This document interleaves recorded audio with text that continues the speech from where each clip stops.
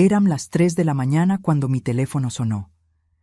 Del otro lado de la línea escuché la voz temblorosa de mi nieta. «Abuela, ayúdame, por favor».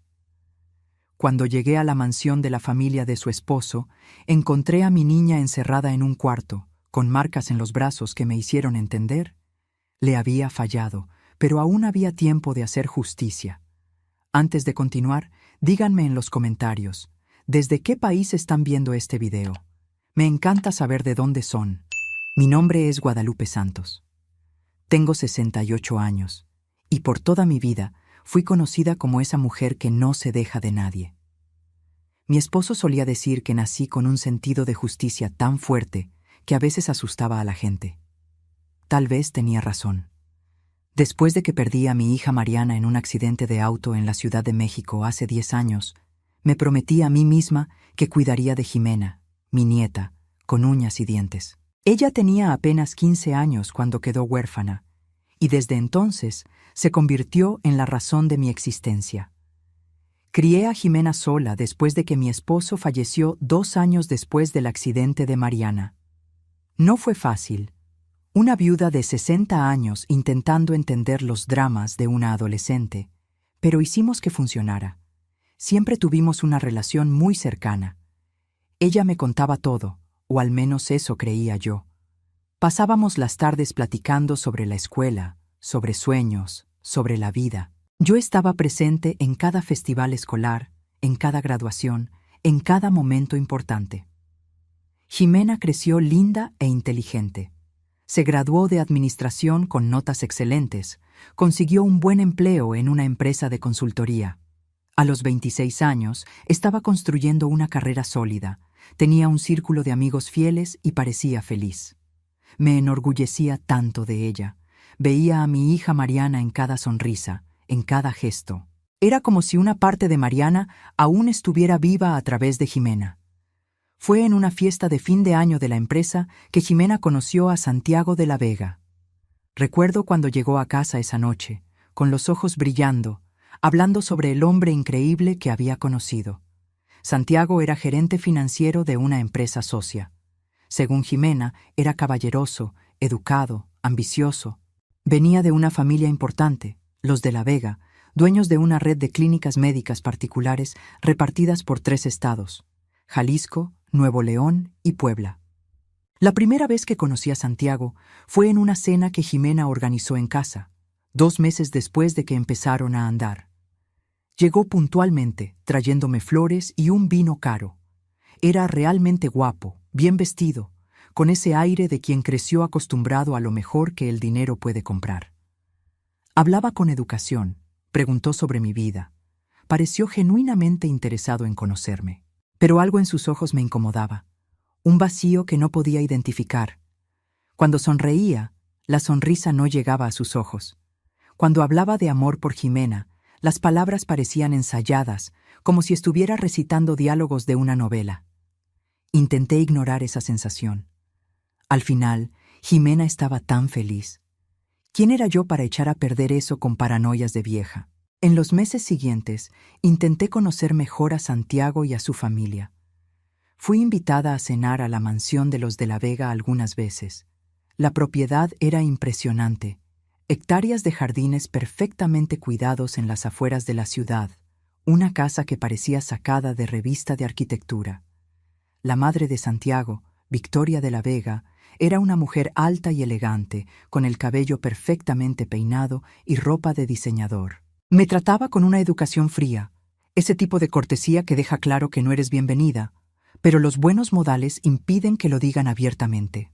El padre de Santiago, Ricardo de la Vega, era un hombre ocupado que apenas aparecía durante las visitas. Cuando aparecía, hablaba principalmente de negocios, de la expansión de las clínicas, de utilidades e inversiones. La familia entera parecía obsesionada con el estatus, con las apariencias, con mantener una imagen impecable ante la sociedad. Intenté hablar con Jimena sobre mis preocupaciones. Elegí un sábado por la tarde, cuando estábamos comiendo juntas, solo nosotros dos. «Mija», empecé cuidadosamente, «¿estás segura de lo de Santiago? Su familia parece muy diferente a nosotros». Jimena se rió, tocando mi mano con cariño. Abuela, estás exagerando. Sé que tienen dinero y que eso puede ser intimidante, pero Santiago me ama de verdad. Él no es como su familia. Es diferente, más sensible, más humano. ¿Y su mamá? Victoria no parece aceptarte muy bien. Solo necesita tiempo para conocerme mejor. Es una mujer que está acostumbrada a cierto tipo de vida, a ciertos estándares. Pero Santiago dice que me va a terminar queriendo, que solo necesito ser paciente. Yo quería creerle, quería tanto estar equivocada sobre esa familia. Jimena era todo lo que me quedaba en el mundo. Si ella era feliz, yo debería estar feliz también, ¿verdad? La propuesta de matrimonio llegó 6 meses después de que empezaron su noviazgo. Santiago organizó una fiesta sorpresa en un restaurante carísimo de Polanco. Invitó a amigos y familia. Se hincó con un anillo de diamante que debía costar más de lo que yo ganaba en un año. Jimena dijo que sí, llorando de felicidad, y todos aplaudieron. Yo estaba allí, sonriendo, pero mi corazón estaba apretado. Algo me decía que estaba a punto de perder a mi nieta. Pero, ¿cómo podría decir eso sin parecer la abuela controladora que quería arruinar su felicidad? Los preparativos de la boda fueron intensos. Victoria prácticamente se adueñó de todo, contratando a los mejores banqueteros, eligiendo cada detalle.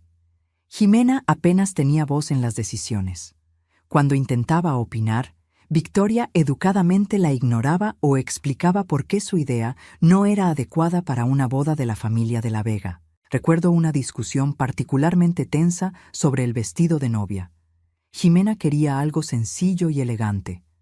Victoria insistió en un vestido extravagante, lleno de bordados y pedrería.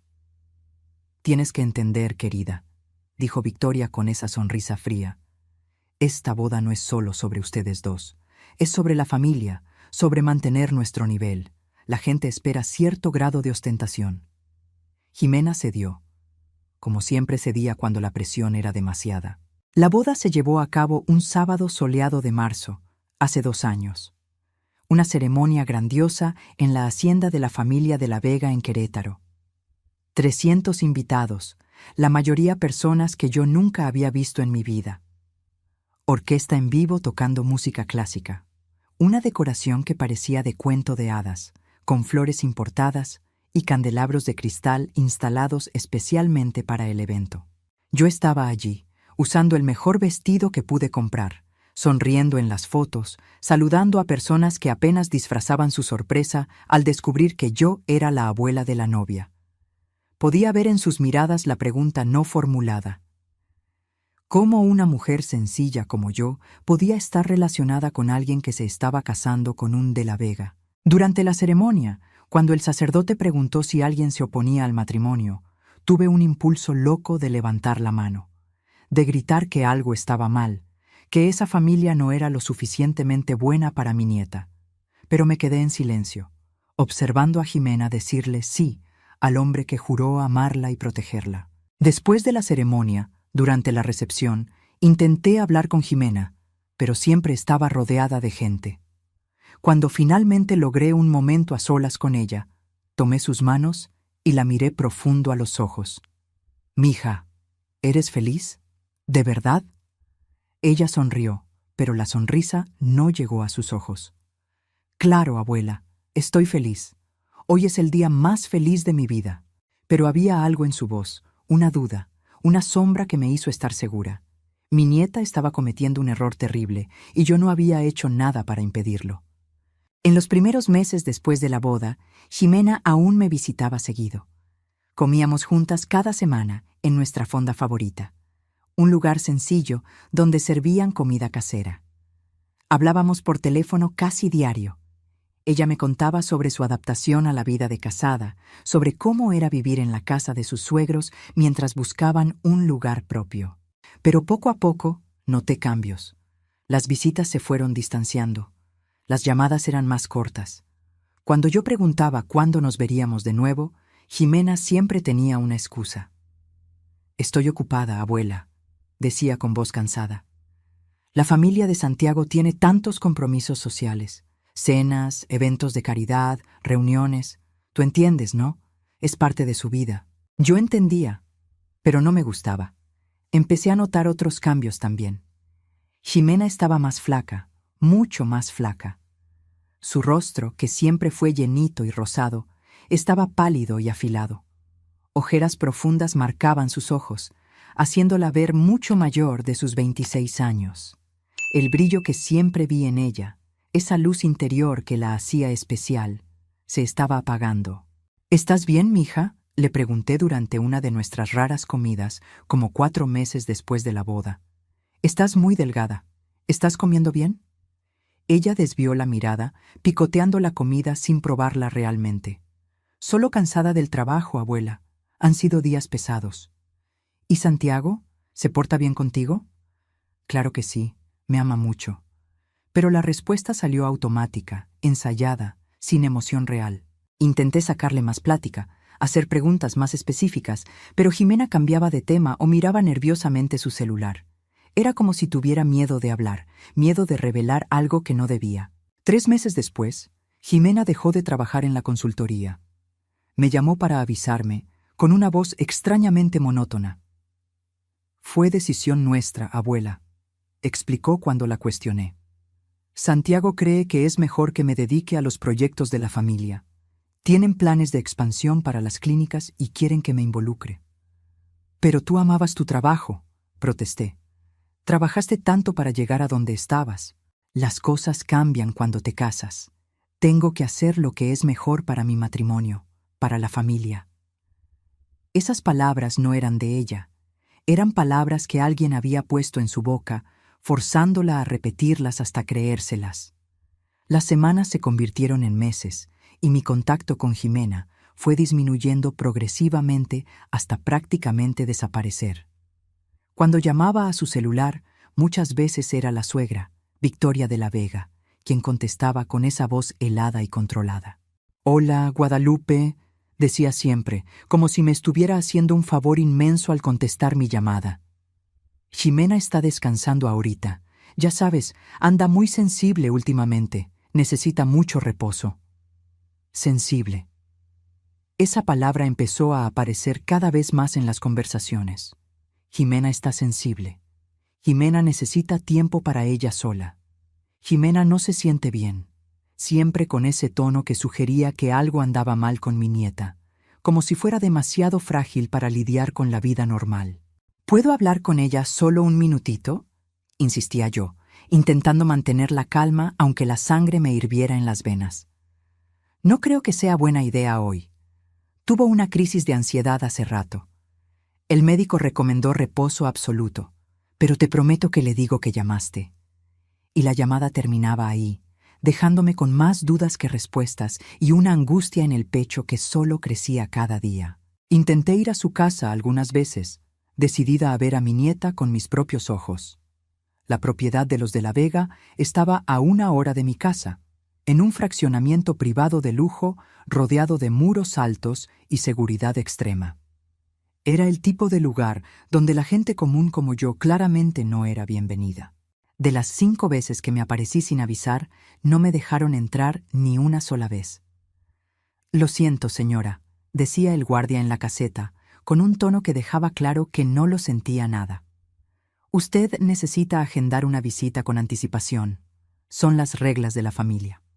Soy la abuela de Ximena. Solo quiero ver a mi nieta por unos minutos». «Entiendo, pero las reglas son claras. Sin cita previa no hay entrada. Puedo marcar a la casa y checar si hoy es buen día para visitas, si gusta». Marcaba, hablaba brevemente con alguien y siempre regresaba con la misma respuesta. «Lamentablemente, no es un buen momento. La señora Ximena no está recibiendo visitas hoy».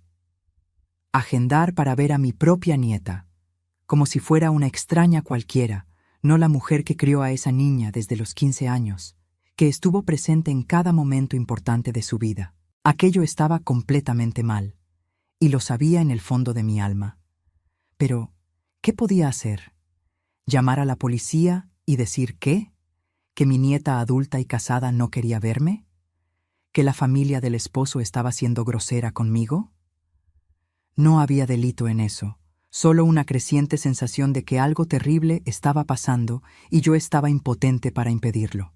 Empecé a hacer preguntas, a investigar por mi cuenta. Llamé a excompañeras de trabajo de Ximena, personas que ella consideraba amigas. Todas me dijeron lo mismo. Ximena simplemente dejó de aparecer un día. No contestó más correos, no tomó más llamadas, se borró por completo de sus vidas. Intenté seguir en contacto, doña Lupe, me dijo Patty, que había sido la mejor amiga de Ximena en la empresa. Le mandé mensajes, le llamé, hasta fui a su casa una vez, pero el esposo me recibió en la puerta y me dijo que Ximena ya no quería amistades del pasado, que estaba enfocada en su nueva vida. Fue raro, ¿sabe? No parecía algo que Ximena diría. Intenté hablar con otras amigas de ella, amigas de la carrera, de la prepa. La mayoría había perdido el contacto también. Ximena cambió después de que se casó, doña Lupe, me dijo Julia, que conocía a Ximena desde los 17. Parecía otra persona las pocas veces que logré hablar con ella. Y a Santiago no le gustaba que saliera sola. Siempre ponía pretextos para que no fuera a nuestras reuniones. Al final, dejamos de invitarla. Mi sangre hervía con cada plática. Conocía bien las señales de una relación abusiva. Había pasado 30 años trabajando como trabajadora social antes de jubilarme, ayudando a mujeres a escapar de situaciones de violencia doméstica. Conocía los patrones: aislamiento de la familia y amigos, control sobre la vida social, cambios drásticos de comportamiento. Pero nunca, ni en mis peores pesadillas, imaginé que mi propia nieta estaría viviendo ese infierno. Y lo peor era que no podía llegar a ella. Era como si hubieran construido un muro infranqueable entre nosotros, y yo estaba del lado de afuera, gritando, pero mi voz no alcanzaba. Hace 3 meses, un domingo por la mañana, mi teléfono finalmente sonó. El nombre de Ximena apareció en la pantalla. Contesté al primer timbrazo, con el corazón acelerado. «¿Ximena? Mija, ¿eres tú?» Del otro lado, escuché sollozos. Mi nieta estaba llorando, ese tipo de llanto desesperado que viene desde el fondo del alma. «Abuela», logró decir entre los sollozos. «Abuela, necesito verte. Por favor». «Claro, mija. ¿Dónde estás? Voy por ti ahorita mismo». «No puedo salir. Santiago, él no me deja. Le puso seguro a mi carro, me quitó mi otro celular. Este es un teléfono viejo que encontré escondido en un cajón. Pero necesito decirte algo. Necesito». Antes de que pudiera seguir, escuché una voz de hombre al fondo, irritada y cortante. «¿Con quién estás hablando?» La voz de Ximena cambió instantáneamente, se volvió artificial, forzadamente alegre. «Con mi abuela, amor. Solo estábamos quedando para comer la próxima semana». Escuché un golpe, como si el teléfono se hubiera caído. Voces ahogadas discutiendo. Después, la línea se quedó muda. «¿Ximena? ¡Ximena!», grité al teléfono, pero ya no había nadie del otro lado. La llamada se había cortado. Intenté marcar de regreso inmediatamente. El teléfono sonó una vez y se fue directo al buzón de voz. Marqué otra vez. Lo mismo. Seguí intentando durante horas, dejando mensajes desesperados, rogándole que me llamara de vuelta, que me dijera que estaba bien. Nunca llamó. Pasé esa noche y las semanas siguientes tratando de contactarla de todas las formas posibles. Llamé al teléfono fijo de la casa de los de la Vega decenas de veces. Victoria siempre contestaba, siempre con el mismo cuento. Ximena estaba indispuesta, estaba descansando, no podía hablar. Mandé mensajes al celular de Ximena, todos entregados, ninguno leído. Envié cartas por correo. Nunca recibí respuesta. Volví al fraccionamiento, esta vez con más insistencia, exigiendo que me dejaran pasar. «Señora, si sigue causando disturbios, voy a tener que llamar a la policía», me amenazó el guardia. «Llámala, llama a la policía. A mi nieta la tienen prisionera ahí adentro». Pero no llamó, y eventualmente tuve que irme, furiosa e impotente. Busqué ayuda legal.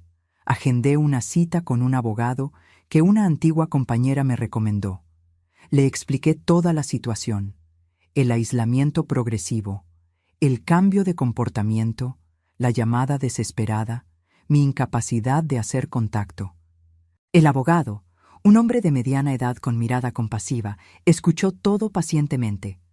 Después, con la gentileza de quien tiene que dar malas noticias, me explicó la realidad. Doña Lupe, entiendo su preocupación. Como abuela, debe ser desesperante. Pero técnicamente, Jimena es una adulta de 26 años. Está casada. Si ella no hace una denuncia formal de abuso, si no busca ayuda activamente, no hay mucho que podamos hacer legalmente. Pero la tienen contra su voluntad, argumenté, sintiendo que las lágrimas de frustración me quemaban los ojos. Lo escuché en su voz. Tiene miedo. Le creo. Pero necesitamos pruebas concretas. Una llamada telefónica no es suficiente. Si usted pudiera hablar con ella en persona, documentar señales visibles de abuso. No me dejan acercarme a ella. Lamentablemente tienen ese derecho. Es propiedad privada, a menos que tengamos una orden judicial, y para conseguir una orden necesitamos evidencias de que se está cometiendo un delito. Era un círculo vicioso imposible. Para ayudar a Jimena, necesitaba pruebas. Para conseguir pruebas, necesitaba tener acceso a ella, pero para tener acceso, necesitaba pruebas. Salí del despacho del abogado sintiéndome derrotada. Pero la derrota me duró solo hasta que llegué a casa, porque ahí, mirando las fotos de Jimena repartidas por mi sala, Jimena de niña, Jimena de adolescente, Jimena graduándose de la carrera, tomé una decisión. Si el sistema legal no me iba a ayudar, tendría que encontrar otro camino. Decidí investigar por mi cuenta, reunir las pruebas que necesitaba, descubrir exactamente qué le estaba haciendo esa familia a mi nieta. Empecé investigando todo lo que pude encontrar sobre la familia de la Vega y sus clínicas. Por encima, todo parecía perfecto, casi demasiado bueno para ser cierto. Premios de excelencia en atención médica, certificaciones de salubridad, testimonios maravillosos de pacientes satisfechos publicados en su sitio oficial, fotos de instalaciones lujosas que más parecían hoteles de 5 estrellas que clínicas médicas. Pero cuando rasqué más hondo, usando búsquedas avanzadas y sitios de quejas al consumidor, encontré grietas en esa fachada brillante. Había quejas viejas, la mayoría borradas o marcadas como resueltas, pero aún visibles en páginas archivadas de Internet. Encontré registros de demandas laborales que nunca prosperaron, todas misteriosamente retiradas o resueltas con acuerdos confidenciales. Ex empleados que salieron de repente de las clínicas, algunos con quejas públicas que después desaparecieron sin explicación. Un patrón se empezó a formar frente a mí. Las clínicas de La Vega tenían muchos secretos que no querían que se supieran. Hice una lista de todos los ex empleados que pude identificar a través de redes sociales profesionales y foros de empleo. Eran 17 personas que habían trabajado en las 5 clínicas de la red en los últimos 5 años y salido en circunstancias dudosas. Empecé a contactar a cada una de ellas. La mayoría no contestó mis mensajes. Algunos bloquearon mi perfil de inmediato. Pero 3 personas aceptaron platicar, siempre y cuando fuera en persona y en lugares públicos discretos. La primera fue Beatriz Costa, una enfermera que había trabajado en la clínica principal por 3 años antes de ser despedida. Nos vimos en un café pequeño en una colonia alejada. Llegó nerviosa, mirando constantemente a su alrededor como si esperara que la estuvieran siguiendo. ¿Doña Lupe? Empezó después de que pedimos café, sus manos temblaban al sostener la taza. Necesito que entienda algo antes de que platiquemos. Firmé un contrato de confidencialidad cuando me fui. Si se enteran que hablé con usted, me pueden demandar. Me pueden destruir financieramente.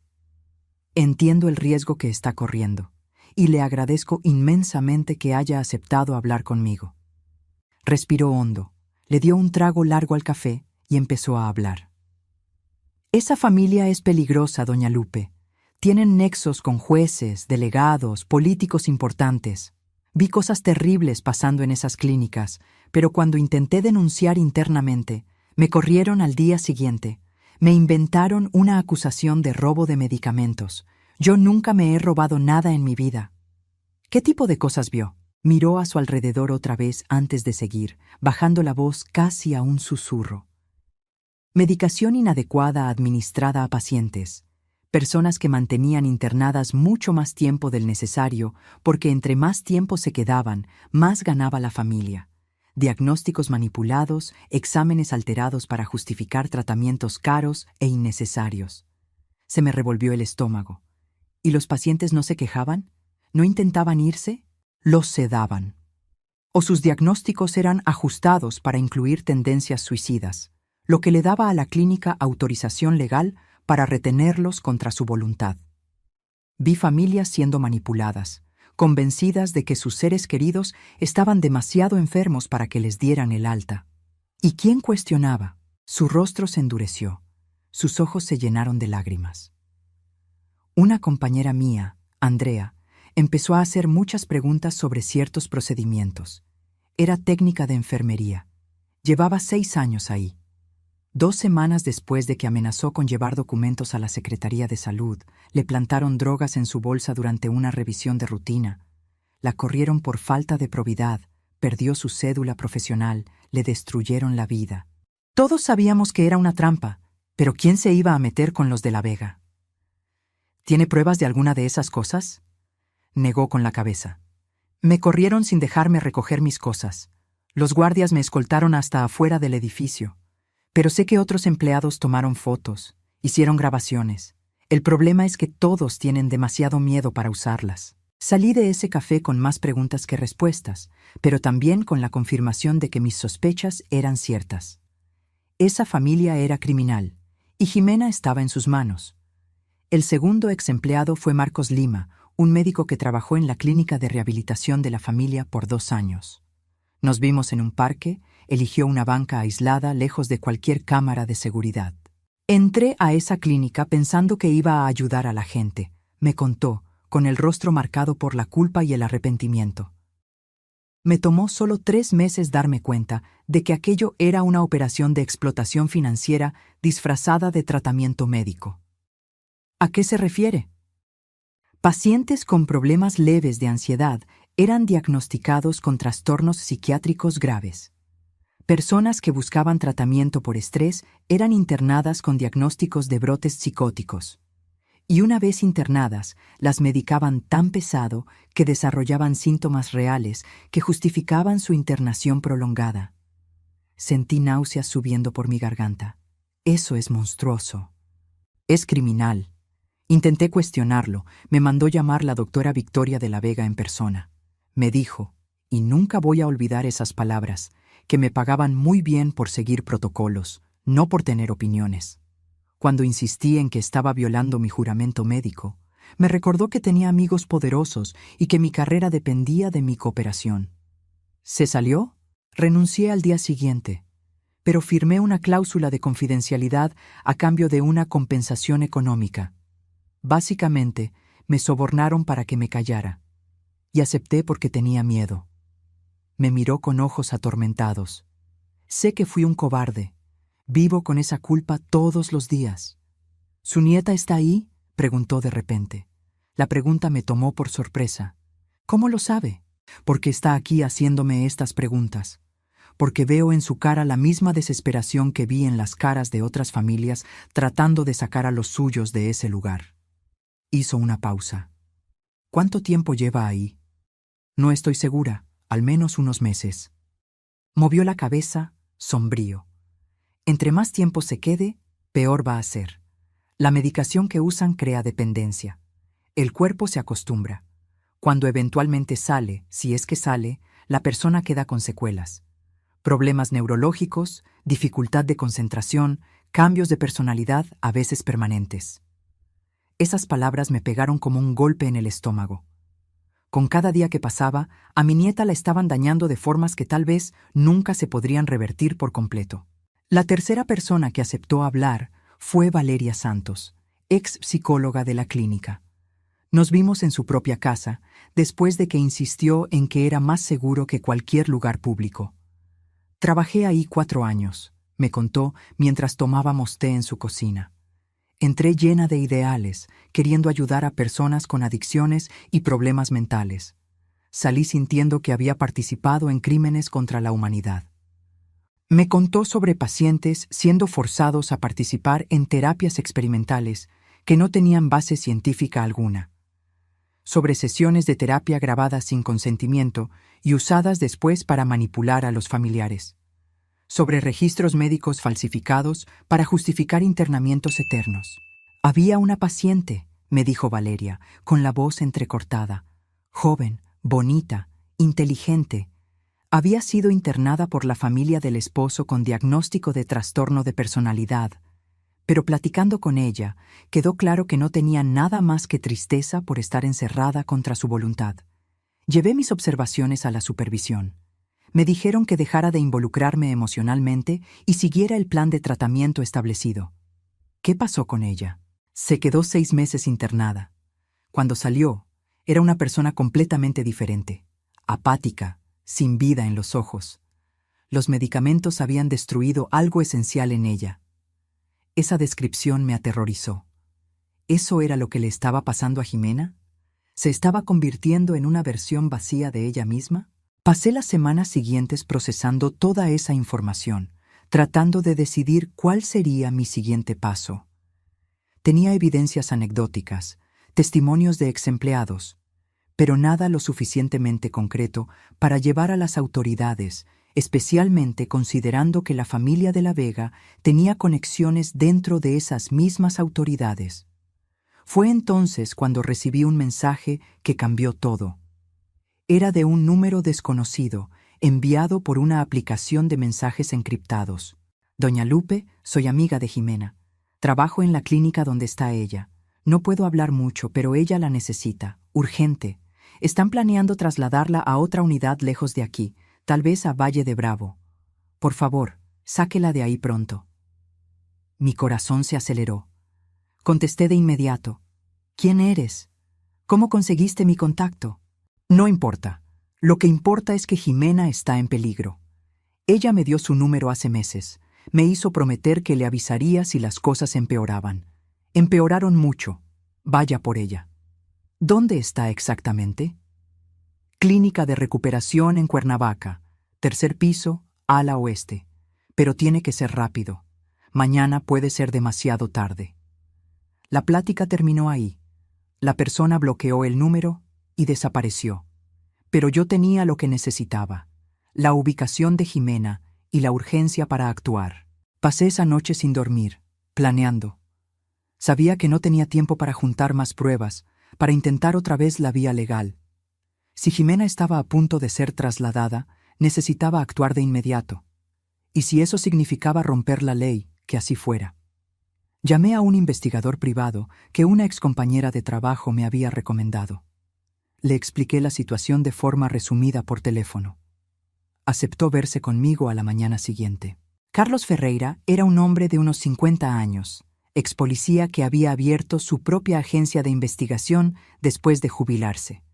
Nos vimos en un café cerca de mi casa y le conté todo.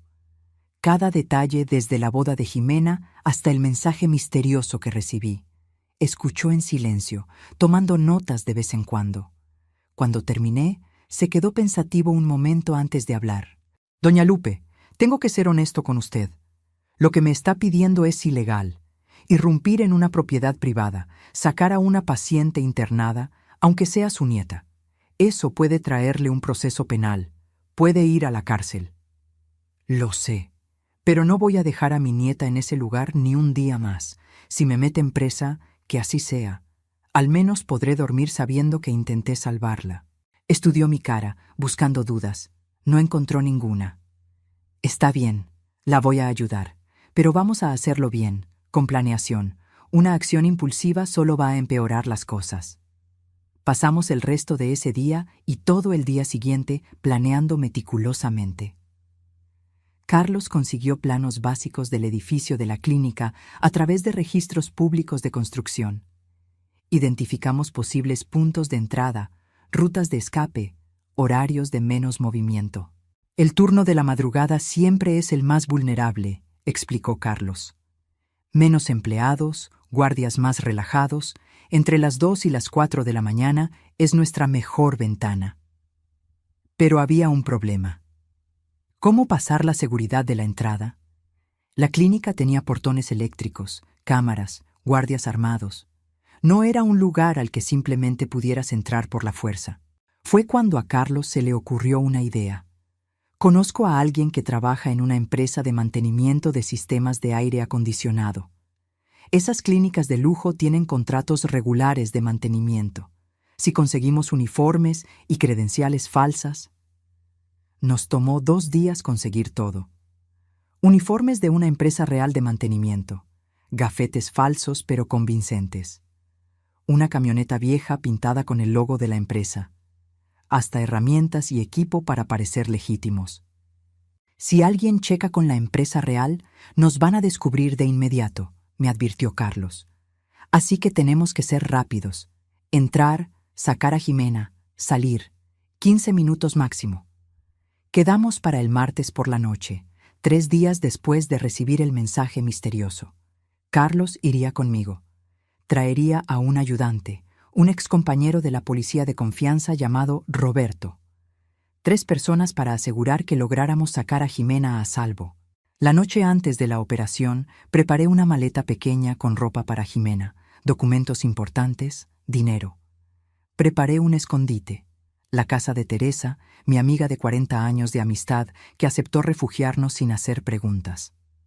También escribí una carta, por si algo salía mal, por si me arrestaban o algo peor. Expliqué todo lo que había descubierto sobre la familia de la Vega. Enlisté los nombres de todas las personas que me habían dado información. Adjunté copias de todas las notas que había tomado. Le dejé la carta a Teresa con instrucciones de entregarla a las autoridades si yo no regresaba. «Vas a regresar», me dijo Teresa firmemente, abrazándome. «Vas a traer a Jimena y todo va a salir bien». Yo quería creerle. Llegó el martes. Pasé el día tratando de mantener la calma, pero mi corazón no dejaba de latir fuerte. Revisé el plan decenas de veces. Chequé y rechequé la maleta de Jimena. Llamé a Carlos 3 veces para confirmar que todo estaba listo. «Doña Lupe, respire», me dijo en la tercera llamada. «El nerviosismo excesivo estorba. Necesita estar enfocada esta noche». Tenía razón. Me obligué a meditar, algo que no hacía hace años. Me senté en silencio en la sala, mirando las fotos de Jimena, pidiéndole a Dios que me diera fuerzas para hacer lo que tenía que hacer. A las 11 de la noche, Carlos pasó por mí. Roberto ya estaba en la camioneta, uniformado. Yo me puse mi uniforme también. Pantalón cargo azul marino, camisa con el logo de la empresa de mantenimiento. Carlos me dio un gafete falso con mi nombre y foto. «Si alguien pregunta, usted es inspectora senior de sistemas de climatización», instruyó mientras manejábamos. «Está aquí para revisar un problema reportado en el 3er piso. Tenga seguridad. La gente insegura levanta sospechas». El viaje hasta Cuernavaca tomó más de 1 hora. Llegamos a la zona de la clínica alrededor de la 1 de la mañana. Carlos paró la camioneta en una calle lateral a unas cuadras. «Vamos a repasar el plan una última vez», dijo, volteando a vernos a Roberto y a mí. Llegamos a la caseta diciendo que nos llamaron por una emergencia de mantenimiento. Yo hablo, ustedes asienten y se ven profesionales. Si nos dejan entrar, vamos directo al 3er piso. Lupe, ¿sabe el número del cuarto? Me había memorizado cada detalle del diseño que Carlos consiguió. Cuarto 307 ala oeste. Exacto. Llegamos ahí, sacamos a Jimena, decimos que tiene que ser evacuada temporalmente por cuestiones de seguridad debido al trabajo de mantenimiento que vamos a hacer. Salimos rápido antes de que alguien cuestione. ¿Preguntas? Roberto checó el equipo que llevaba. Un maletín de herramientas que se veía profesional, pero estaba prácticamente vacío. ¿Y si hay resistencia? Improvisamos, pero lo ideal es no llegar a ese punto. Violencia solo en último caso absoluto para proteger a doña Lupe o a Jimena. Respiré hondo. Estoy lista. Manejamos hasta el portón de la clínica. Era una estructura imponente, metal negro con detalles dorados. Una caseta de vigilancia iluminada al lado. Carlos tocó el claxon educadamente. Un guardia salió, medio modorro. Carlos bajó la ventana. «Buenas noches. Somos de Clima Expert, mantenimiento de sistemas de climatización. Recibimos un reporte de emergencia por falla en el sistema del tercer piso. El guardia frunció el ceño. No tengo aviso de mantenimiento programado. Es una emergencia. Carlos mantuvo el tono profesional pero firme. El sistema de monitoreo remoto detectó una falla crítica. Si no se corrige en las próximas horas, todo el piso se puede quedar sin aire acondicionado. Con pacientes internados, me imagino que no quieren correr ese riesgo. Funcionó. Mencionar a pacientes en riesgo siempre ponía nerviosos a los empleados de salud sobre su responsabilidad. El guardia dudó. Luego tomó un teléfono y marcó a alguien adentro de la clínica. Habló brevemente, miró nuestra camioneta, nuestros uniformes. Colgó. Pueden pasar, pero necesito registrar la visita. Identificaciones de todos. Mostramos nuestros gafetes falsos. Anotó la información en una bitácora. Luego abrió el portón. Estaciónense a un lado. Entrada de personal. Alguien los va a recibir ahí. El portón se cerró detrás de nosotros. Ya no había marcha atrás. Carlos estacionó donde le indicaron. Bajamos de la camioneta con nuestros maletines de herramientas. Una enfermera nos esperaba en la puerta. Se veía molesta por haber sido despertada. ¿Cuál es el problema exactamente?, preguntó sin preámbulos.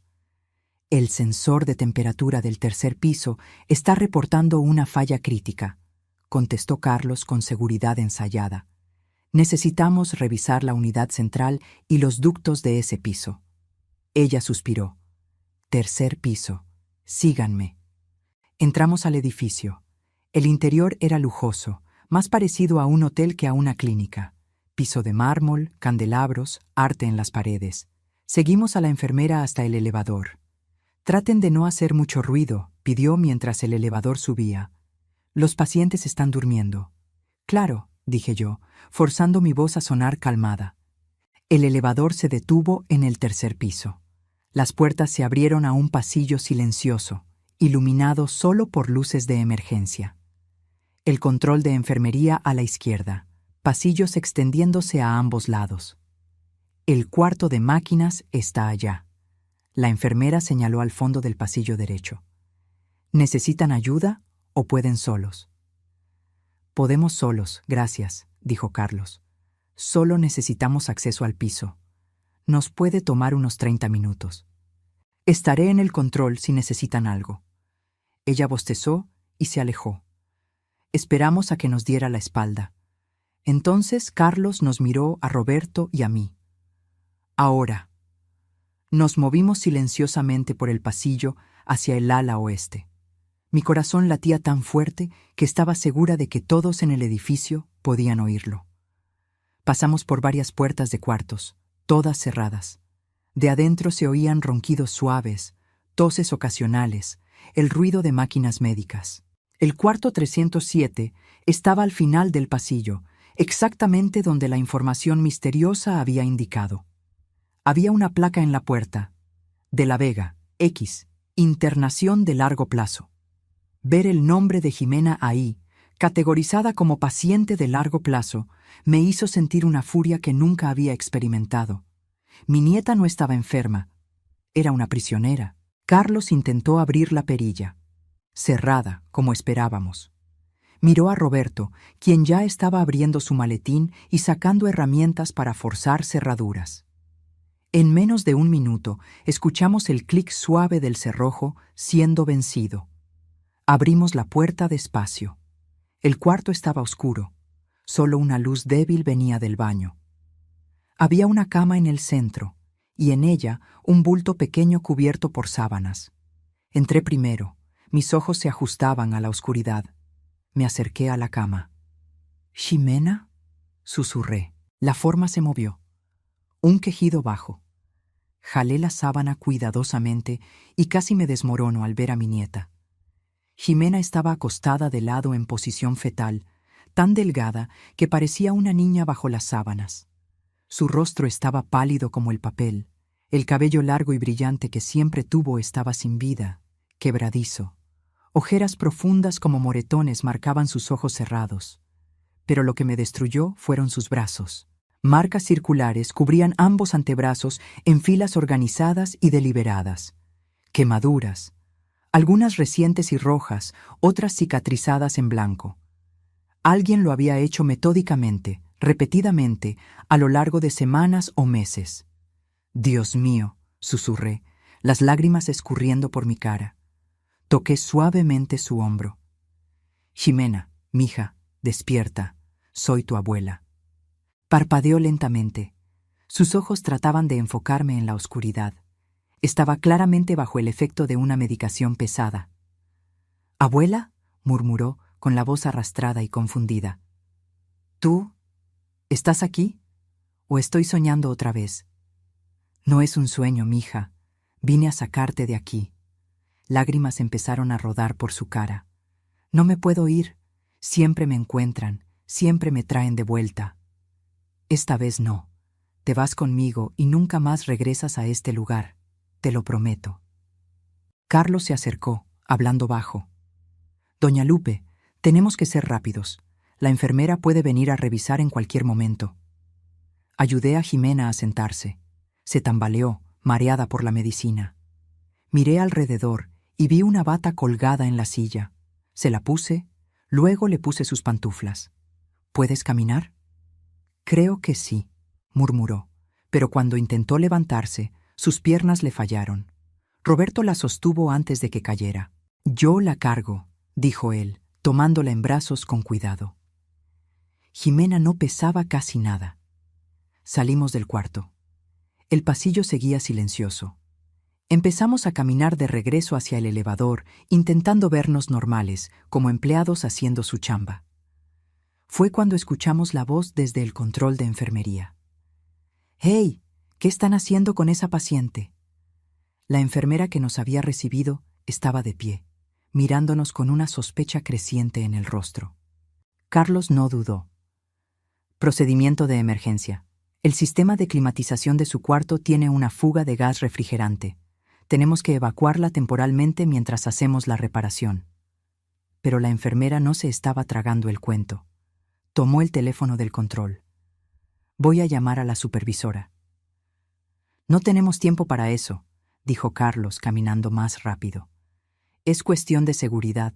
Si hay una fuga real, la paciente corre riesgo». Empezó a marcar. Nos dimos cuenta de que en segundos todo el edificio estaría en alerta. Carlos me miró. «Plan B. Corran». Corrimos. Roberto cargando a Ximena, Carlos y yo atrás. La enfermera le gritó a alguien. Las alarmas empezaron a sonar. Las luces se encendieron en el pasillo. Llegamos al elevador. Piqué el botón repetidamente, desesperada. Las puertas se abrieron. Gracias a Dios seguía en el piso. Entramos. Carlos picó la planta baja. Las puertas empezaron a cerrarse cuando vi a 2 guardias doblando la esquina del pasillo, corriendo hacia nosotros. Uno de ellos gritó que detuviéramos el elevador. Las puertas se cerraron por completo. El elevador bajó. «Nos van a estar esperando abajo», dijo Roberto, todavía cargando a Ximena. «¿Hay salida de emergencia?», pregunté. Carlos pensó rápido. «Escalera de incendios. Vamos a salir en el primer piso y buscamos». El elevador llegó al primer piso. Las puertas se abrieron a un pasillo vacío, pero oíamos voces y pasos pesados viniendo de algún lugar cercano. «Por aquí», susurró Carlos, señalando un pasillo a la derecha. Lo seguimos, tratando de mantenernos rápidos pero silenciosos. Encontramos el letrero de salida de emergencia. Una puerta de metal al final del pasillo. Carlos la empujó, cerrada con llave. «Roberto, necesito que abras esto, ya». Roberto puso a Ximena cuidadosamente en el suelo, recargada en la pared, y trabajó en la cerradura. Yo sostuve a mi nieta, susurrándole palabras de consuelo mientras oía los pasos cada vez más cerca. «Ya casi», murmuró Roberto, sudando. Las voces estaban más cerca ahora. Oí a alguien dando órdenes de revisar todas las salidas. Clic. El cerrojo cedió. Roberto empujó la puerta y se abrió a la noche fría. La alarma de incendios se disparó, ruidosa e imposible de ignorar. «Al diablo con la alarma», dijo Carlos. «Vámonos». Roberto cargó a Ximena otra vez. Bajamos una escalera de metal externa. Estaba alta, 3 pisos, y cada paso hacía que la escalera vibrara peligrosamente. Finalmente llegamos al suelo. Estábamos en la parte de atrás del edificio. La camioneta estaba del otro lado. «Tenemos que rodear», dijo Carlos. Corrimos por los jardines perfectamente cuidados de la clínica.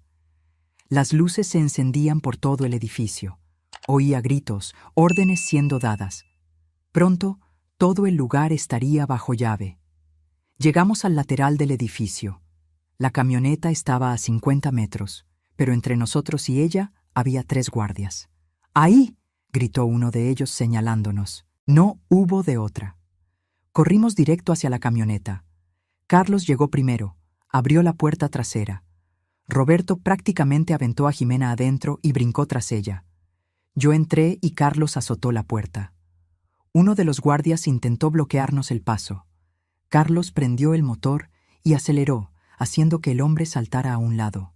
Pasamos por el portón todavía parcialmente abierto, que no se había cerrado por completo después de nuestra entrada. El metal raspó el costado de la camioneta, pero logramos pasar. Y entonces estábamos en la calle, acelerando por la noche, con mi nieta inconsciente en el asiento de atrás y las sirenas empezando a sonar detrás de nosotros.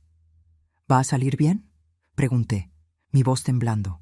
«Tiene que salir bien», contestó Carlos, manejando rápido pero no tanto como para llamar la atención. «Tenemos tal vez 15 minutos antes de que avisen a la policía. Necesito llevarlas al punto de transferencia». El punto de transferencia era un estacionamiento vacío a 20 minutos, donde otro carro nos esperaba. Un carro común, sin nexo con la camioneta. Cambiaríamos de vehículo ahí antes de que alguien pudiera rastrear la camioneta. Miré a Jimena acostada en el asiento, tapada con una cobija que Roberto le había puesto encima. Estaba semiconsciente, murmurando palabras raras, pero estaba conmigo. Estaba fuera de ese lugar infernal. Le tomé la mano, esa mano tan delgada que podía sentir cada hueso, y lloré. Lloré de alivio, de coraje, de miedo por lo que vendría después. Pero también lloré de esperanza, porque por primera vez en meses mi nieta estaba a salvo. Llegamos al punto de transferencia sin broncas. Carlos estacionó la camioneta detrás de una bodega abandonada. Otro carro estaba esperando, un sedán negro sin características distintivas, manejado por una mujer de unos 40 años, a quien Carlos presentó solo como Mariana. «Es de confianza», fue todo lo que dijo. Pasamos a Jimena al asiento de atrás del sedán. Estaba más consciente ahora, con los ojos abiertos pero todavía confundida. «Abuela, ¿dónde estamos?» «Yendo a un lugar seguro, mija. Pronto vamos a estar en casa». Mariana manejó en silencio por carreteras secundarias, evitando las autopistas principales, donde había más chance de encontrar retenes. Nos tomó 3 horas llegar a la casa de Teresa, tomando rutas indirectas y parando de vez en cuando para estar seguros de que no nos seguían. Cuando finalmente llegamos, el sol estaba empezando a salir. Teresa nos esperaba en la puerta, con la cara marcada por la preocupación y el alivio. «Gracias a Dios», susurró cuando me vio. Luego miró a Jimena y se llevó la mano a la boca. «Ay, Dios mío, Lupe, ¿qué le hicieron?». Cargamos a Jimena para adentro y la acostamos en el cuarto de visitas que Teresa ya tenía listo. Estaba temblando ahora, con sudor frío. «Son los efectos de la medicina», explicó Mariana. Descubrí entonces que era enfermera, excompañera de Carlos. Está en abstinencia. Necesitamos un médico. «Conozco a alguien», dijo Teresa, ya tomando el teléfono. «La doctora Patty. Es discreta y no va a hacer preguntas». La doctora llegó en menos de 1 hora. Era una mujer de mediana edad, con mirada gentil pero profesional. Examinó a Jimena en silencio, tomando notas, checando signos vitales. Cuando vio los brazos de Jimena y notó las quemaduras, su mandíbula se apretó de rabia contenida. Después del examen, me llamó para platicar en la sala. «Doña Lupe, su nieta está grave. Fue medicada muy pesado por un periodo largo. Antipsicóticos, benzodiazepinas, estabilizadores del ánimo en dosis que se considerarían excesivas incluso para alguien con trastornos psiquiátricos severos. Ella no tiene trastornos psiquiátricos, afirmé. Le creo, pero su cuerpo ahora es físicamente dependiente de esas sustancias. Cortarlas de golpe puede causar convulsiones, delirios, en casos extremos. Puede ser fatal. Necesito hacer una desintoxicación gradual controlada y va a tomar semanas, posiblemente meses. ¿Usted puede hacer eso? Dudó. Puedo, pero necesito saber en qué me estoy metiendo. Es obvio que a esta joven la sacaron de alguna institución sin el proceso legal adecuado. Si ayudo, puedo perder mi cédula. Puedo ir a la cárcel. La miré directo a los ojos. Doctora Patty, a mi nieta la torturaron. Vea sus brazos. Esas marcas no son de ella. Alguien la quemó repetidamente, de forma deliberada y sistemática. La tenían prisionera, drogada contra su voluntad, abusada. La saqué de ahí porque no había otra forma de salvarla. Y ahora necesito a alguien que ponga el juramento médico por encima del miedo a las leyes. Se quedó en silencio por un buen rato, procesando. Finalmente asintió. Voy a ayudar, pero vamos a hacerlo bien. La voy a monitorear de cerca, ajustando la medicina poco a poco. Va a tener síntomas difíciles: ansiedad, insomnio, temblores, posiblemente alucinaciones. No va a ser fácil. Vamos a aguantar. La doctora Patty se quedó la mayor parte de ese primer día, estabilizando a Jimena, dándole la primera ronda de medicina reducida. Dejó instrucciones detalladas y prometió volver al día siguiente. Mientras tanto, el mundo afuera explotaba. Las noticias sobre la fuga de Jimena llegaron a los medios ya a media tarde. Pero la historia que estaban contando no era la verdad. Prendí la tele y vi el titular. Paciente psiquiátrica secuestrada de clínica de rehabilitación. Familia desesperada por información. El reportaje mostraba la fachada lujosa de la clínica. Luego cortaba a una entrevista con Victoria de la Vega.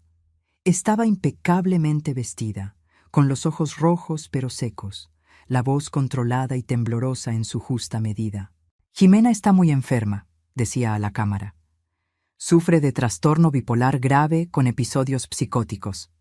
Estaba recibiendo el mejor tratamiento posible, empezando a presentar mejorías. Y entonces, alguien se la llevó. Alguien que no entiende la gravedad de su condición. Ella necesita medicina, supervisión médica constante. Sin eso, se puede hacer daño o lastimar a otros. El reportaje luego mostraba a Santiago, mi yerno, sentado en una sala elegante con la cabeza entre las manos. Cuando miró a la cámara, sus ojos estaban rojos e hinchados.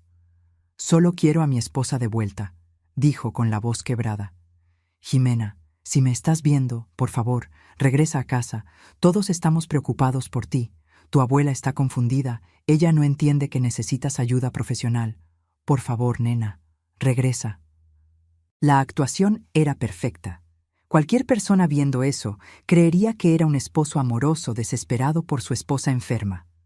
La siguiente parte del reportaje fue sobre mí. Mostraron mi foto, una foto vieja, de hace años, con el texto Guadalupe Santos, 68 años, buscada por la policía. La policía está buscando a Guadalupe Santos, abuela de la paciente, decía el reportero. Es acusada de allanamiento de morada, secuestro y agresión. Testigos relatan que irrumpió en la clínica con cómplices durante la madrugada, agredió a empleados y huyó con su nieta. Agresión. Me estaban acusando de haberle pegado a alguien. Claro que sí. Necesitaban pintarme como violenta e inestable. Autoridades advierten que Guadalupe Santos puede estar armada y que la paciente Jimena de la Vega corre grave peligro. Cualquier persona con información debe contactar a la policía de inmediato. Apagué la tele, sintiendo náuseas.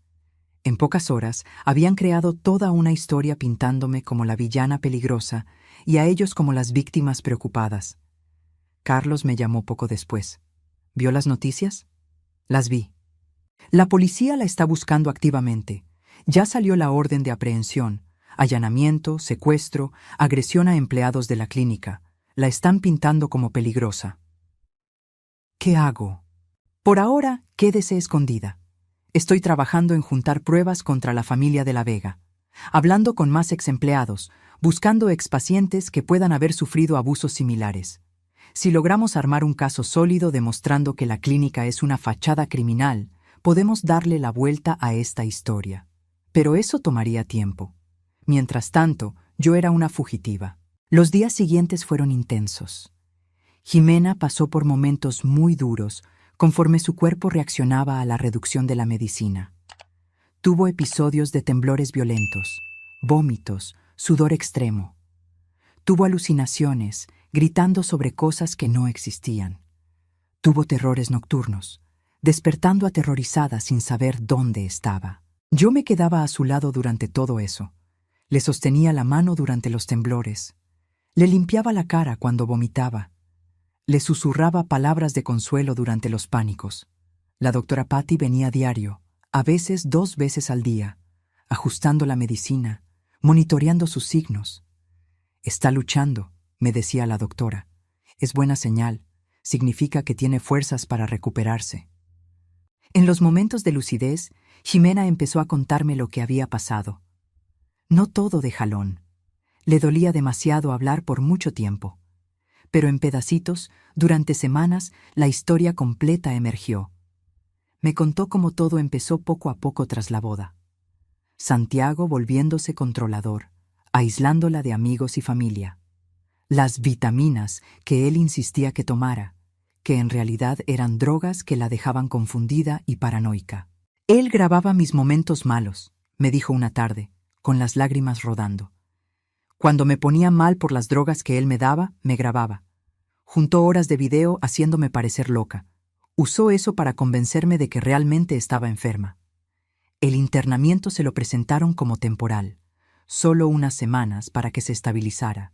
Jimena firmó los papeles porque estaba confundida, porque Santiago y Victoria la convencieron de que era por su propio bien. En cuanto entré a esa clínica, dijo, con el cuerpo temblando por el recuerdo, me di cuenta de que había cometido un error terrible. Pero ya era tarde. Me pusieron en un cuarto que se veía acogedor, pero era una cárcel.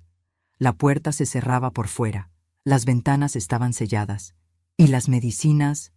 Abuela, me daban tantas medicinas. Las dosis estaban ajustadas para mantenerla apática, incapaz de resistirse o quejarse de forma efectiva. Cuando intentaba protestar, le decían que era parte de su enfermedad, que la negación era un síntoma del trastorno. Y las quemaduras. Dios mío, las quemaduras. Fue Victoria, susurró Jimena, tocando las cicatrices en sus brazos. Decía que era terapia de aversión, le llamaba, que el dolor me ayudaría a conectarme de nuevo con la realidad.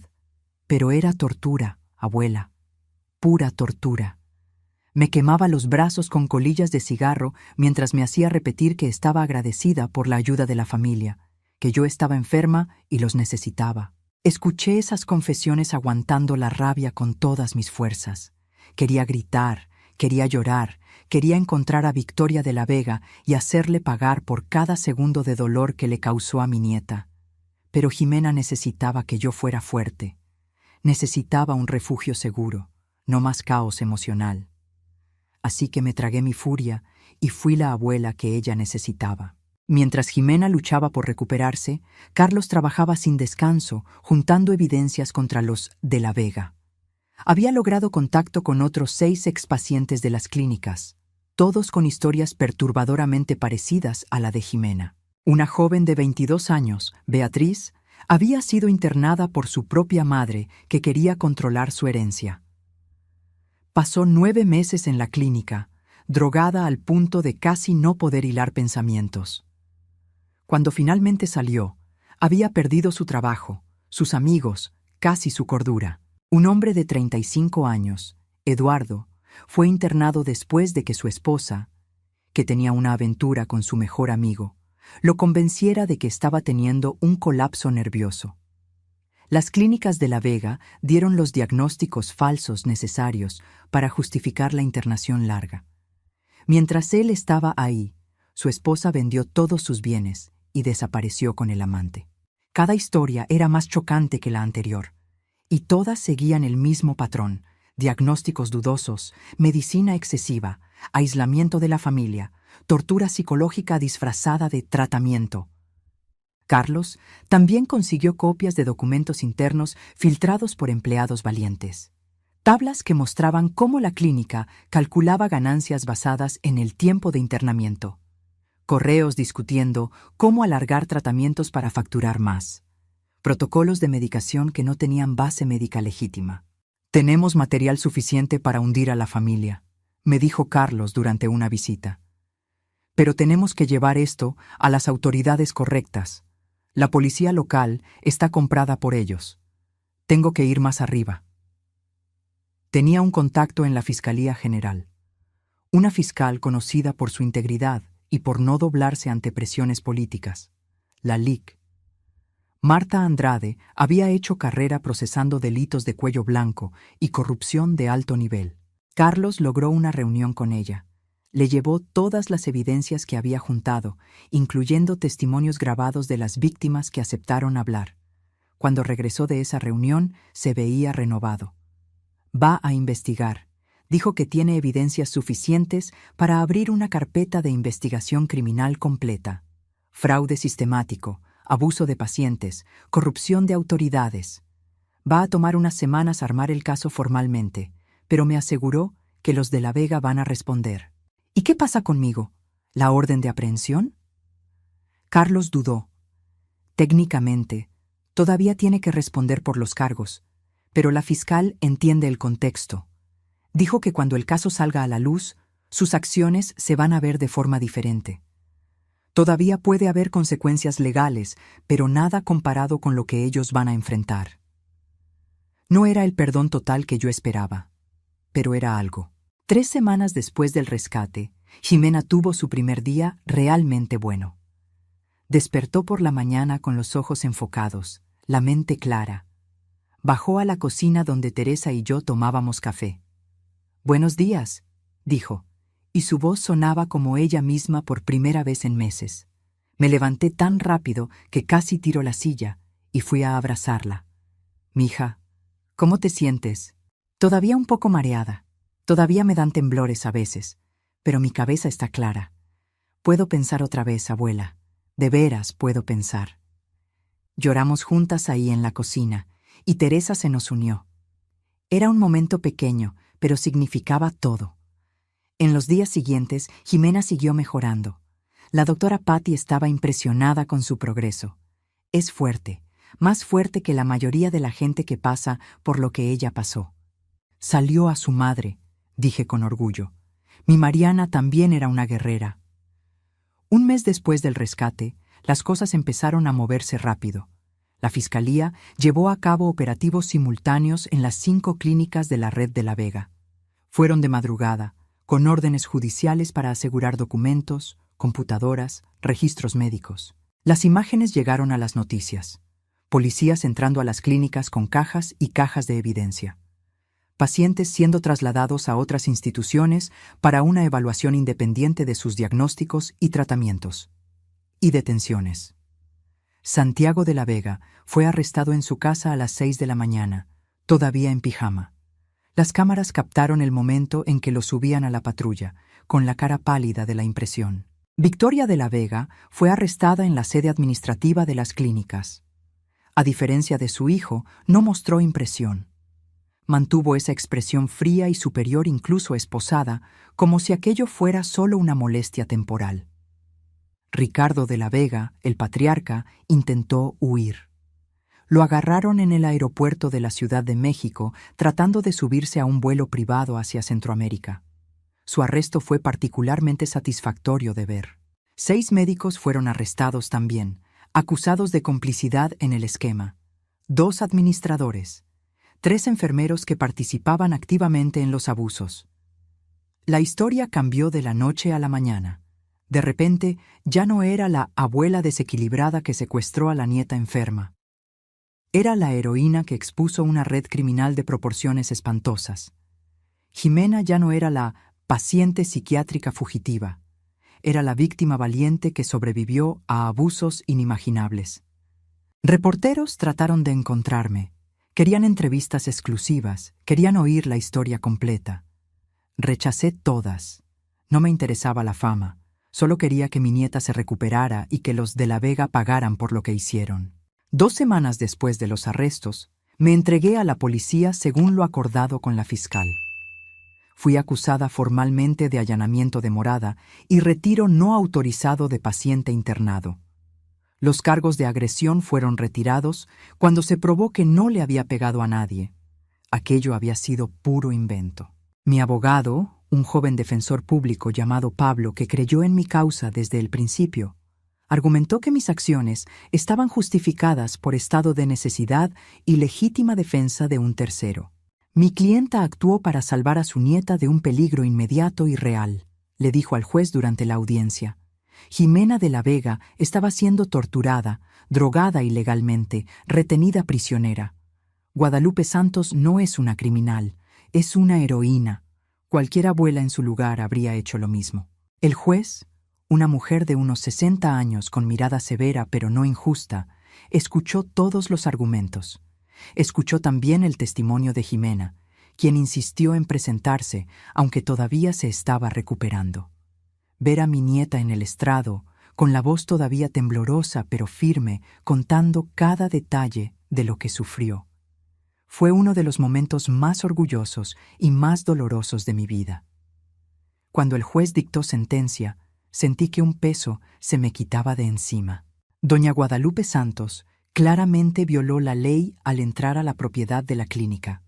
Sin embargo, las circunstancias extraordinarias de este caso, junto con la evidencia clara y convincente de que la víctima estaba de hecho en peligro inmediato de daño serio, reducen considerablemente su culpabilidad. Considerando también que la señora no tiene antecedentes penales y actuó por un motivo noble, la sentencia será 6 meses de servicio comunitario y 2 años de libertad condicional. La orden de aprehensión queda revocada. Salí de ese juzgado sin esposas, ante el alivio visible de Jimena que estaba en el público. Bajó corriendo y me abrazó. Ya acabó, abuela. Finalmente, acabó. Pero no había acabado del todo todavía. El juicio de los de la Vega tardó casi 1 año en empezar. Fue un espectáculo mediático que dominó las noticias por meses. Cada día traía nuevas revelaciones horribles. Otras víctimas empezaron a aparecer. Gente que había pasado por las clínicas años atrás y nunca habló por miedo o vergüenza.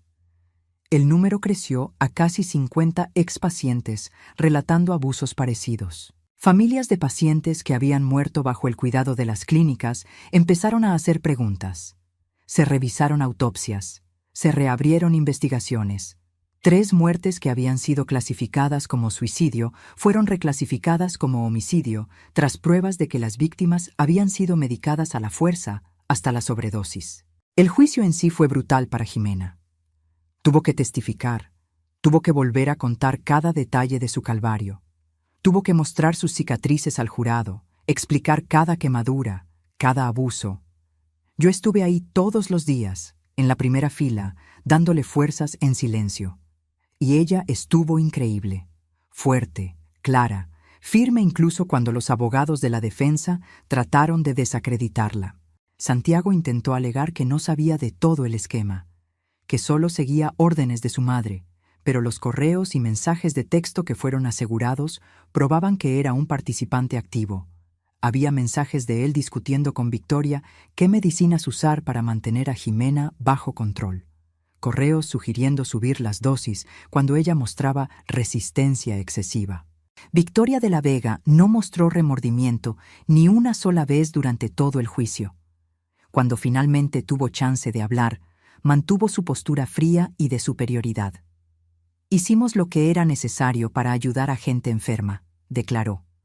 Si algunos no apreciaron nuestros métodos, lo lamento por ellos, pero nuestras intenciones eran puras. Nuestros resultados, efectivos. Esta persecución es injusta. La fiscal Marta Andrade destruyó esa defensa sistemáticamente. Presentó evidencia tras evidencia de dolo deliberado. Mostró las tablas de ganancias, los protocolos abusivos, los testimonios de decenas de víctimas, los registros de muertes sospechosas. El veredicto llegó una tarde lluviosa de noviembre.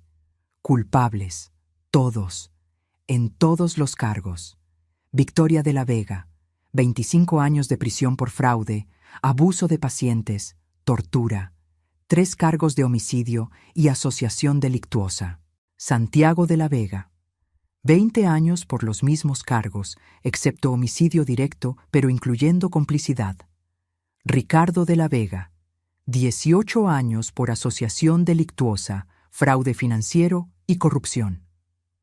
Los médicos involucrados recibieron entre 10 y 15 años cada uno, además de perder permanentemente sus cédulas profesionales. Todos los bienes de la familia fueron decomisados. Las clínicas fueron cerradas permanentemente. Se estableció un fondo de compensación de millones de pesos para las víctimas, dinero que salió de la venta de los activos de la familia. Cuando el juez dio el martillazo final, sentí como si un peso inmenso que cargaba hace más de un año finalmente se hubiera levantado. Justicia. Se había hecho verdadera justicia. Los meses que siguieron al juicio fueron de sanación. Para Jimena, para mí, para todas las víctimas que finalmente podían empezar a reconstruir sus vidas. Jimena siguió en terapia, esta vez con profesionales de verdad, que la ayudaron a procesar el trauma. No fue fácil. Hubo recaídas, momentos en que la ansiedad y las pesadillas regresaban con todo, pero luchó. Y poco a poco fue recuperando pedazos de ella misma que pensábamos perdidos para siempre. 1 año y medio después del rescate, Jimena volvió a estudiar. Decidió hacer una maestría en psicología con enfoque en traumas de abuso institucional. Quiero ayudar a otras personas que pasaron por lo que yo pasé, me dijo. Quiero convertir este dolor en algo útil. Me puse tan orgullosa que lloré. También empezó a hablar públicamente sobre su experiencia. No fue fácil para ella exponerse así, pero sintió que era importante. Su historia ayudó a inspirar reformas en las regulaciones de clínicas psiquiátricas en todo el país. Se aprobaron nuevas leyes exigiendo una vigilancia más estricta, protocolos más claros para internamientos involuntarios, mecanismos de denuncia más accesibles para pacientes. En cuanto a mí, a mis 70 años ahora, descubrí una nueva vocación. Empecé a trabajar con una ONG que ayuda a víctimas de abuso familiar e institucional. Uso mi historia para demostrar que nunca es tarde para luchar, que una persona decidida puede hacer la diferencia. Recibimos cartas cada semana. Familias que pasaron por situaciones parecidas, agradeciendo que hayamos expuesto el esquema de los de la Vega. Gente pidiendo ayuda para sacar a sus seres queridos de situaciones abusivas. Hacemos lo que podemos, conectando familias con abogados, con grupos de apoyo, con recursos. Jimena conoció a alguien nuevo, Pedro, un joven profesor que conoció en la universidad. Él sabe todo lo que ella pasó y la apoya incondicionalmente. Es gentil con ella de formas que Santiago nunca fue, paciente con sus momentos difíciles, orgulloso de su fuerza. Cuando Jimena me contó que estaba saliendo con él, me preocupé al principio. ¿Estás segura de que estás lista?, le pregunté. Sonrió. Esa sonrisa genuina que se había ido por tanto tiempo, pero que ahora regresó. Sí, abuela, y esta vez te prometo que te voy a escuchar si tienes dudas sobre él. Conocí a Pedro en una comida unas semanas después. Vi cómo trataba a Jimena, con respeto, con cuidado, como igual. Vi cómo le brillaban los ojos a ella cuando lo miraba, y supe que esta vez era de verdad. La familia de la Vega está acabada. Victoria está presa y va a morir en la cárcel. Tiene casi 70 años y su sentencia asegura que nunca volverá a ser libre. Santiago va a salir cuando tenga 60 años, un hombre viejo sin familia, sin dinero, sin reputación. Ricardo tuvo un derrame en prisión y está en un área médica, parcialmente paralizado. Mucha gente me dice que debería sentir lástima por ellos, que debería perdonarlos, pero no los perdono. No lo que le hicieron a mi nieta, no a las otras 50 víctimas, no a las 3 personas que murieron bajo su cuidado. Hay consecuencias por el mal que hacemos en el mundo, y ellos están viviendo las suyas. Hoy, 3 años después de esa noche en que entré a la clínica, Jimena y yo estamos sentadas en el jardín de nuestra casa, Compramos juntas una casa modesta en un barrio tranquilo de la Ciudad de México. Es pequeña comparada con la mansión de los de la Vega, pero es nuestra, libre de recuerdos feos. Jimena está leyendo un libro para un curso que está tomando. La miro, el cabello brillante otra vez, el rostro con un color sano, un peso normal. Y apenas puedo creer que sea la misma joven que encontré en ese cuarto de clínica, casi inconsciente y llena de quemaduras. ¿En qué piensas, abuela?, me pregunta notando mi mirada. En lo fuerte que eres, en lo orgullosa que estoy de ti. Sonríe y cierra el libro. Solo lo logré por ti. Tú nunca te rendiste conmigo incluso cuando yo ya me había rendido conmigo misma. Nunca me rendiría. Eres todo lo que me queda de tu madre. Mi mamá estaría orgullosa de ti también, ¿sabes? Por lo que hiciste, por cómo luchaste. Creo que sí estaría. Mariana siempre fue una luchadora también. Ella habría hecho lo mismo por Jimena. Miro las cicatrices en los brazos de Jimena, visibles cuando estira los brazos para alcanzar agua. Ya no las esconde. Dice que son recordatorios de que sobrevivió, que son marcas de victoria y no de vergüenza. Esta historia, nuestra historia, no es sobre heroísmo, es sobre amor, sobre nunca rendirse con la gente que amamos, sin importar qué tan imposible parezca la situación. Es sobre confiar en nuestras corazonadas cuando algo anda mal. Si hay una lección que aprendí en estos 70 años de vida, es esta. El mal prospera cuando la gente buena se queda callada, cuando vemos una injusticia y no hacemos nada, cuando elegimos nuestra seguridad por encima de la seguridad de otros. Yo pude haberme quedado callada. Pude haber aceptado las explicaciones de los de la Vega. Pude haber creído que Jimena de veras estaba enferma y que yo estaba de paranoica. Pude haberme convencido de que no era mi lugar meterme en un matrimonio adulto. Pero no lo hice. Confié en mi instinto, investigué, luché, y gracias a eso mi nieta está viva y libre. Para cualquier persona leyendo o escuchando esta historia, para cualquier abuela, madre, padre, hermano, amigo que siente que algo anda mal con alguien que ama, confía en ese sentimiento. No ignores las señales, no aceptes explicaciones fáciles cuando tu corazón te está gritando que algo está mal. Haz preguntas, investiga. Si es necesario, actúa. Aunque parezca una locura, aunque todos digan que estás exagerando, porque podrías tener razón, y tu acción podría salvar una vida. A los 70 años, descubrí que la edad es solo un número, que una señora frágil puede ser increíblemente fuerte cuando tiene que proteger a quien ama, que el valor no es la falta de miedo, es actuar a pesar del miedo. Descubrí que los sistemas fallan, que la gente con poder a veces es corrupta, que la justicia no siempre llega fácil, pero también descubrí que vale la pena luchar por ella. Siempre vale la pena. Y descubrí que el amor de una abuela por su nieta es una fuerza más poderosa que cualquier institución, cualquier familia rica, cualquier obstáculo que el mundo ponga enfrente. Jimena cierra el libro por completo y se levanta. ¿Quieres que te prepare un té, abuela? Sí, mija. La veo entrar a la casa, caminando con seguridad, sin tambalearse, sin la influencia de drogas. Una mujer joven y sana de 29 años, con toda la vida por delante, con sueños, planes, un futuro. Y sé, en el fondo de mi corazón, que hice lo correcto. El camino no fue fácil. Rompí leyes, arriesgué mi libertad. Pasé noches sin dormir por el miedo de lo que podía pasar.